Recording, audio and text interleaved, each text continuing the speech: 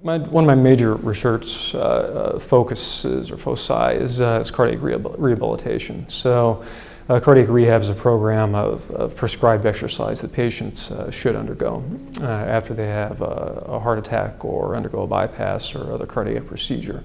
Unfortunately, about 20% of patients participate in cardiac rehabilitation programs in the United States. So we're looking at behavioral interventions to try to encourage patients to go to cardiac rehab.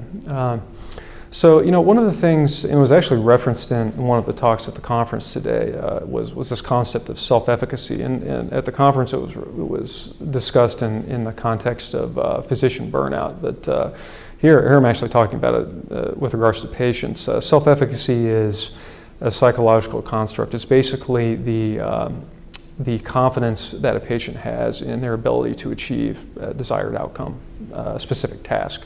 So the confidence that a patient has in their ability to start exercising, to stop smoking, control their blood pressure by taking their medicines. Unfortunately, a lot of some of the elderly patients that I have or that I see in the hospital wards that have heart attacks, they're very ill. Their self-efficacy levels for various tasks such as these just aren't high. I mean, they're ill, and perhaps some of them haven't exercised in their lives. Perhaps some of them have been smoking all of their lives. What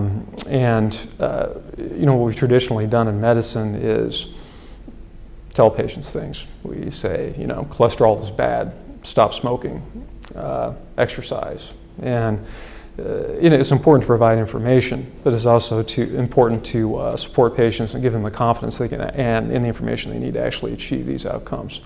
So that's what my research program is focused on. And we use techniques such as motivational interviewing, which is basically a counseling technique devised by Rolnick and Miller, who are a couple of psychologists that encourage patients, give them confidence to do these sorts of things.